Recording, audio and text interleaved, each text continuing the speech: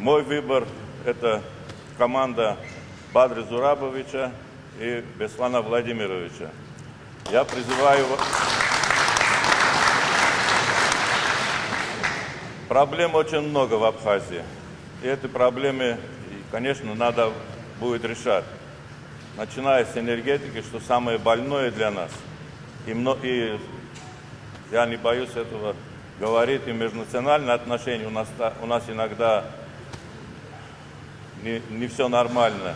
Но я надеюсь, что после избрания президентом и вице-президентом наших Бадры Зурабовича и Беслана Владимировича, они сделают все возможное, чтобы у нас люди, граждане Абхазии, жили в мире и в добрых отношениях друг к другу. Я желаю вам успехов в выборах и здоровья.